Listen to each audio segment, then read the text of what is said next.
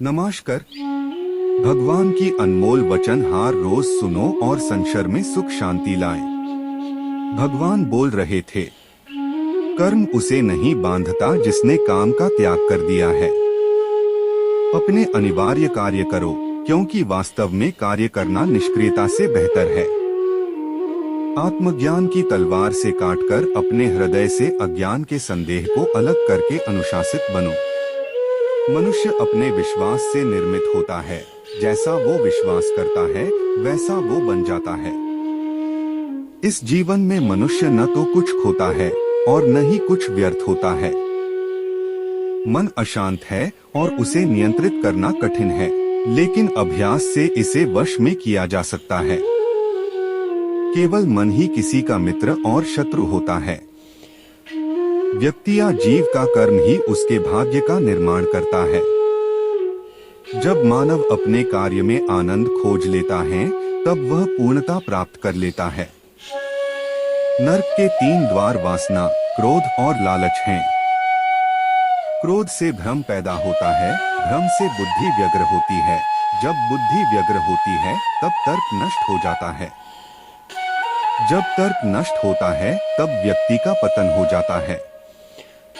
सदैव संदेह करने वाले व्यक्ति के लिए प्रसन्नता ना इस लोक में है, ना ही कहीं और। मन की गतिविधियों, होश, श्वास और भावनाओं के माध्यम से भगवान की शक्ति सदा तुम्हारे साथ है और लगातार तुम्हें बस एक साधन की तरह प्रयोग करके सभी कार्य कर रही है।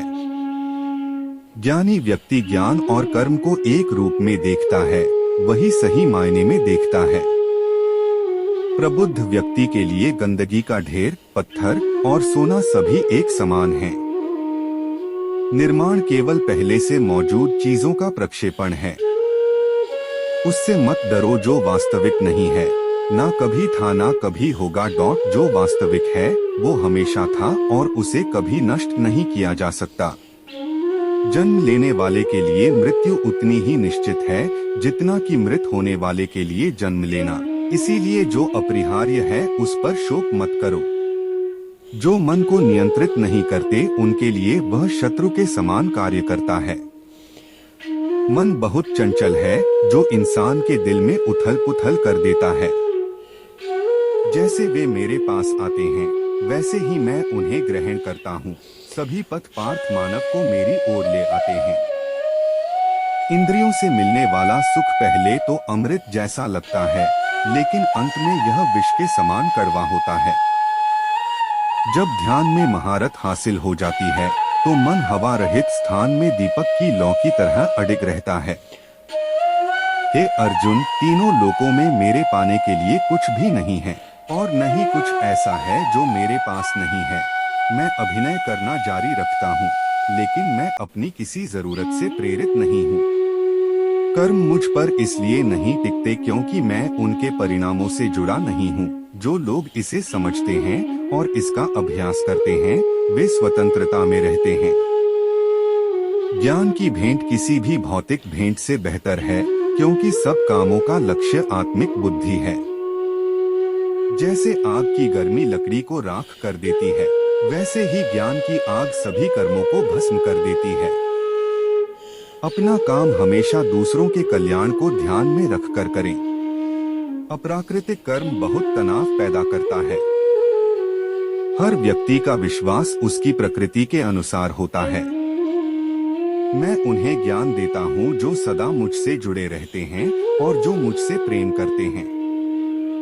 मेरी कृपा से कोई सभी कर्तव्यों का निर्वाह करते हुए भी बस मेरी शरण में आकर अनंत अविनाशी निवास को प्राप्त करता है। बुद्धिमान व्यक्ति कामुक सुख में आनंद नहीं लेता। जो कार्य में निष्क्रियता और निष्क्रियता में कार्य देखता है वह एक बुद्धिमान व्यक्ति है। मैं धरती की मधुर सुगंध हूँ, मैं अग्नि की ऊष्मा हूँ, मैं ही सभी जीवित प्राणियों का जीवन भी और मैं ही सन्यासियों का आत्मसंयम हूँ।